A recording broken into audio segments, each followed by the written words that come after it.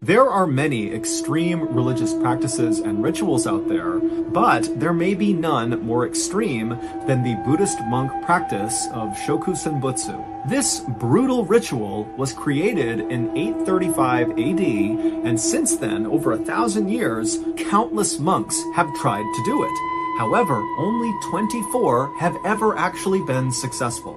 Today, I'm going to walk you through the 3 phases of this ritual, and at the end, I'm going to show you pictures of what a successful Shokusenbutsu looks like. However, be warned, the images are very disturbing, so viewer discretion is advised. But before we get into that story, if you're a fan of the strange, dark, and mysterious delivered in story format, then you've come to the right place because that's all we do, and we upload once a week. So, if that's of interest to you, the next time the like button is counting something really important, start shouting out random numbers to mess them up. Also, please subscribe to our channel and turn on all notifications so you don't miss any of our weekly uploads. Okay, let's get into today's story.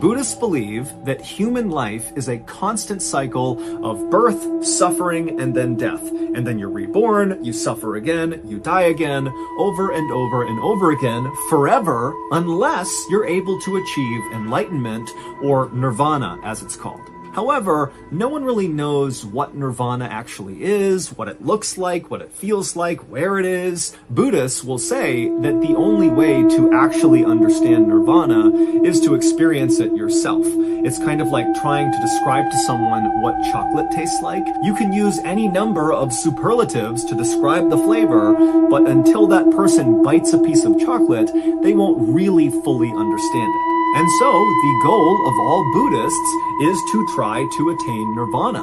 And every day, hundreds of millions of Buddhists all around the world try very hard to do just that. But within Buddhism, there is a small subset of practitioners who have effectively dedicated their entire existence to attaining nirvana. And these people are the famous Buddhist monks. It is extremely difficult to become a Buddhist monk because the sacrifice is enormous. You have to leave your family, your friends, society, all your possessions, your name, your status, everything, and go live in a monastery, which is a kind of isolated place where monks live, and there you will spend your life living this very simple, very strict religious life where basically all you do is try to attain nirvana. As a result of this extreme lifestyle that Buddhist monks live, they have developed a reputation for being some of the most disciplined people on the planet. But even by Buddhist monk standards, their sacred ritual of Shokusenbutsu takes discipline to a whole nother level.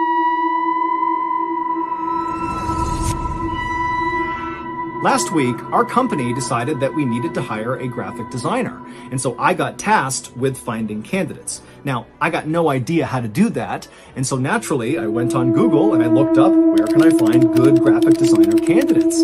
But I accidentally wrote malnourished, angry saltwater crocodiles instead of good graphic designer candidates, an easy mistake to make. But because I didn't catch it, before long, me and old Seagull Lung were stuck up in northern Australia, up to our lacrimal puncta in Crocodilus porosus. Now, of course, me and Lung did our best to try to calm these beasts down and try to teach them graphic design to make the most of this work trip. But these salties were just not that interested in graphic design, and they lacked basic finger dexterity. And so, it was as we were sitting up in this tree, hiding from this bask of angry salties down below, that old Lung jumped up and threw a javelin directly into my heart and said, "Apa miernem hestalod ZipRecruiter," which of course in Hungarian means, "Dad, why didn't you just use ZipRecruiter?" And boy was old Lungy right. ZipRecruiter uses its powerful technology to both find and match the right candidates to your job. ZipRecruiter also has a user-friendly dashboard with a full suite of tools that will allow you to filter, review, and rate your applicants all in one place. And now, with the invite to apply feature, it lets you immediately access a list of candidates with qualifications that match your job description. See a candidate who'd be perfect for your job? ZipRecruiter makes it easy to send a personal invite to them and other top choices.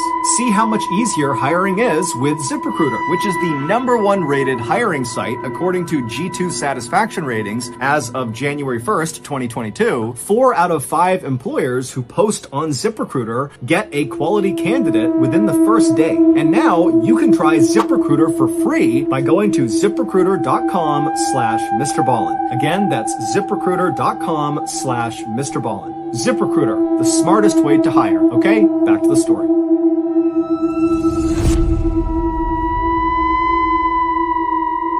Sokushinbutsu was created over 1,000 years ago up in the rugged mountains of northern Japan by a sect of Buddhists called the Shingon. And the Shingon believed that you could attain nirvana through physical punishment.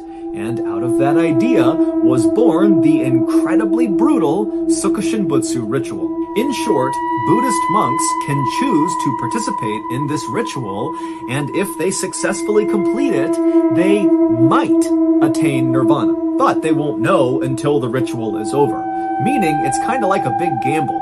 Put yourself through absolute hell, and maybe you have this huge payoff, but maybe not. However, trying to attain nirvana through other means was really difficult. There was no other really clear pathways to nirvana, and so having this one distinct pathway, no matter how difficult it was really appealing. And so since its creation, hundreds and hundreds of Buddhist monks have tried it, and maybe less than 100 have actually successfully completed it, and then of that 100 or less, only 24 have actually attained nirvana through this process.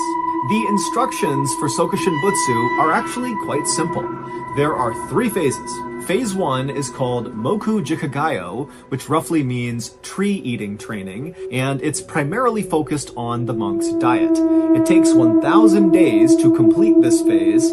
However, most monks go much longer than 1,000 days. During this phase, monks will only eat byproducts of trees, things like seeds, nuts, tree bark, tree roots, pine needles, and they will collect all this food on their own. It should be noted, though, that some monks in this first phase will ingest small rocks. This is likely done because they are starving and they can't find food, and by eating the rocks take up space in their stomach and kind of curb their appetite a little bit, but because they don't actually digest the rocks, they're not technically breaking the phase 1 diet restrictions, and so they can continue on with this ritual. Additionally, during this first phase, the monks adhere to a very involved and strenuous physical exercise routine, and then whenever they're not foraging for food or exercising, they are meditating. At the end of the 1,000th day of phase 1, if the monk has survived, because sometimes phase 1 monks do die mostly from starvation, it is up to them if they are ready to move on to phase 2. This decision ultimately comes down to whether or not, 1, the monk actually adhered to the strict rules of phase 1, something really only that monk would know, and then 2, whether or not the monk actually believes they are spiritually ready to move on to phase 2. Phase 2 is much shorter than phase 1, but it is significantly more challenging. And so the monks going into phase 2, they really need to kind of bring their A game and have no second thoughts. They need to be fully committed to phase 2 in order to successfully complete it. For reference, most of the 24 monks who successfully attained nirvana through this ritual repeated phase 1, 2, or even 3 times just to make sure they really were ready. Phase 2 is called Nyojo, and it roughly translates to deep meditation.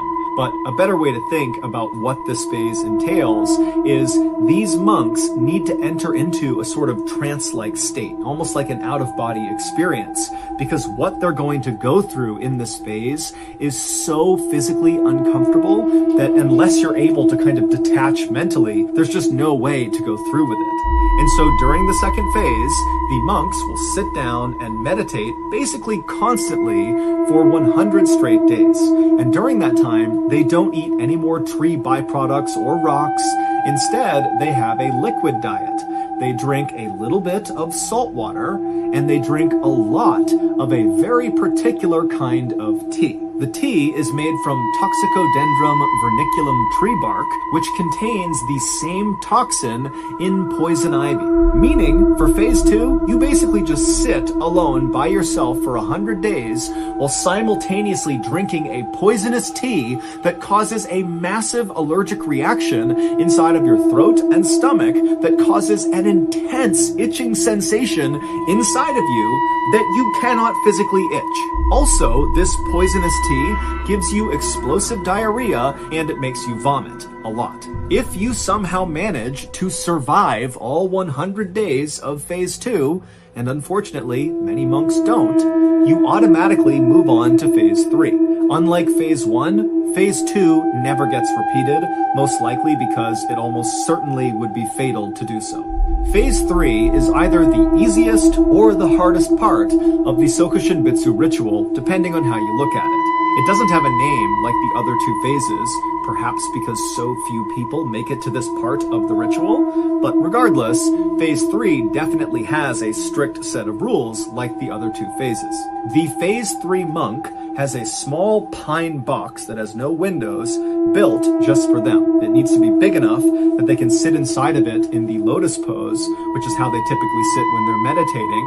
And then once it's all built, the monk climbs into this box. They put a lid over the top of it, but they put a bamboo shoot, like a bamboo pole, through the cover of this box. So there is a breathing tube for this monk inside of this box. And then they lower the monk inside of the small pine box 10 feet into this hole in the ground, and then once they ensure the bamboo pole is going to be above ground so they can breathe, they fill the hole in with charcoal. Before we cover what happens next in phase 3, you need some context about what this ritual is actually doing to the monks performing it. Phase 1, tree eating training, serves 2 purposes. The first is it's kind of like a big gut check. It really shows who wants to do this ritual and who doesn't. It's kind of like if you can't complete phase 1, you certainly can't complete phase 2 or phase 3. So it's like a filter. It weeds out the weak monks. The second purpose of phase 1 is to literally shrink the monk. The tree-eating diet, combined with the constant physical exercise, removes all of their body fat and a lot of their muscle, and so they're incredibly lean by the end of phase 1. And this will be significant when we talk about the end of phase 3. Phase 2, deep meditation phase, serves 2 purposes as well. The first purpose is that it puts the monk into that trance-like state, and then the second purpose it serves is the toxin inside of this poisonous tea kills off all of the naturally occurring bacteria and parasites inside of the monk. Again, that will become significant when we get to the end of phase 3. Speaking of which, so in phase 3, the monk is put in their box, they're lowered 10 feet into the ground, the breathing bamboo shoot is installed, the charcoal is dumped on top of them, and then for several days, the third phase monk will sit in total darkness and meditate constantly, and each day, they have a bell down there with them, they ring the bell. That's the only thing they have to do besides meditate. And above ground, there is a team of monks that are supporting this ritual, and they're listening for that bell. And the first day they don't hear the bell, it means the monk in the box has completed the ritual, and now it is time to see if they have attained nirvana. In Buddhism, someone whose body does not decay, aka a mummy, is someone who has cheated death. And to cheat death is to remove yourself from the vicious human life cycle of birth, suffering, death, repeat.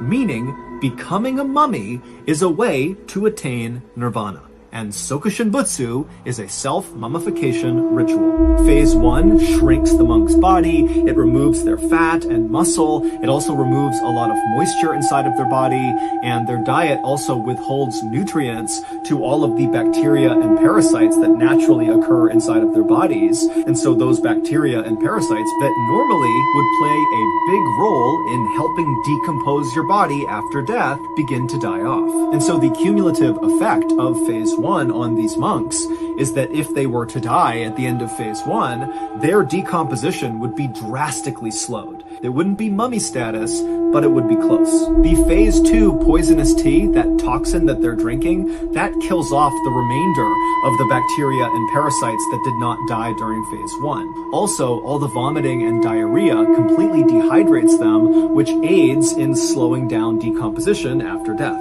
Finally, phase 3 is the death phase. The monk goes into their tomb, they're buried underground, and they ring that bell each day to tell the people on the ground that they are still alive. And then when the bell stops ringing, it means the monk in the box is dead. At which point, the crew on the ground removes the bamboo breathing pole and then lets the body sit in the box underground for another 1,000 days.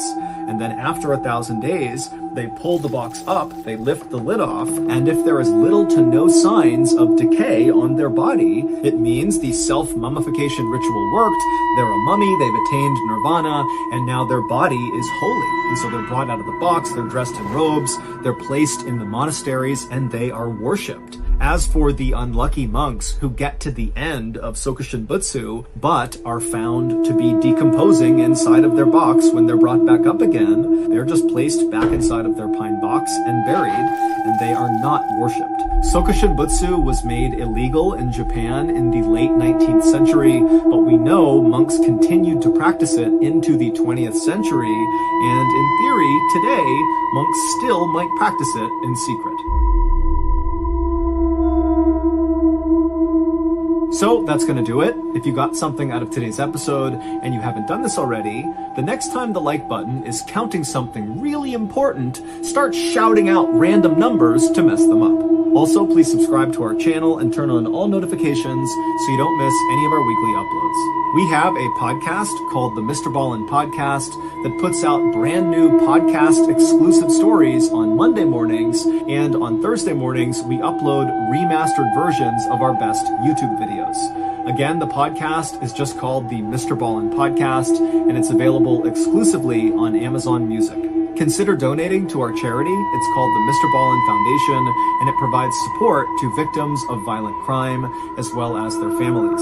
Monthly donors to the Mr. Ballin Foundation Honor Them Society will receive free gifts and exclusive invites to special live events. Go to mrballin.foundation and click on Get Involved to join the Honor Them Society today. We have 2 additional YouTube channels, Mr. Ballin Shorts and Mr. Ballin en Espanol. We put out near daily content on TikTok, Facebook, and Snapchat. All of those pages are just called Mr. Ballin.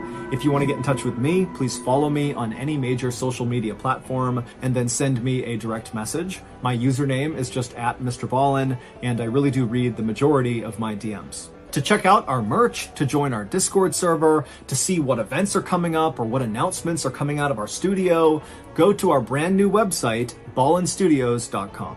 So whether I see you on Instagram, Twitter, TikTok, Reddit, YouTube, Facebook, other YouTube channels, the podcast, wherever, just know that I really appreciate your support. And until next time, that's going to do it. See ya.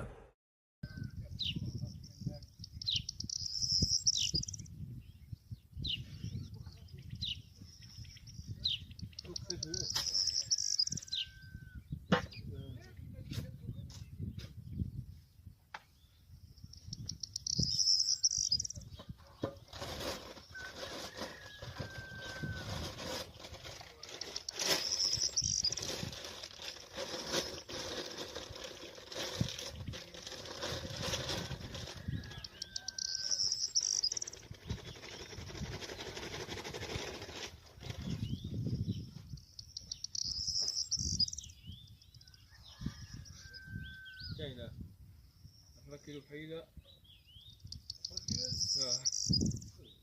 ها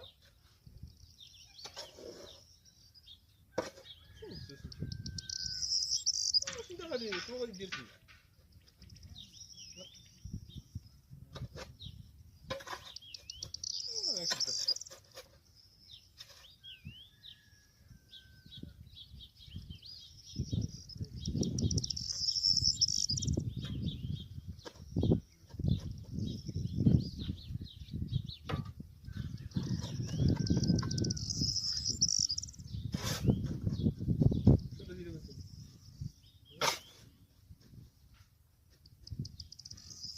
شناهي العجينة وسير حيد داكشي حيد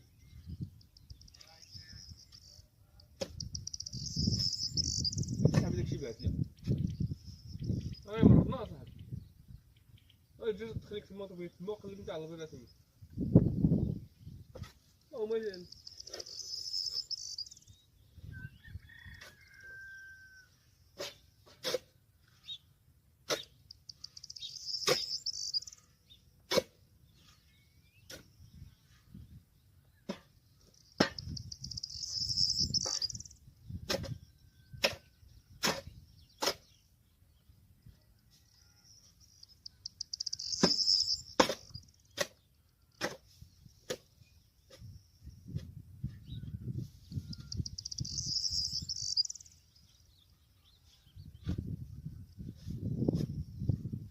ها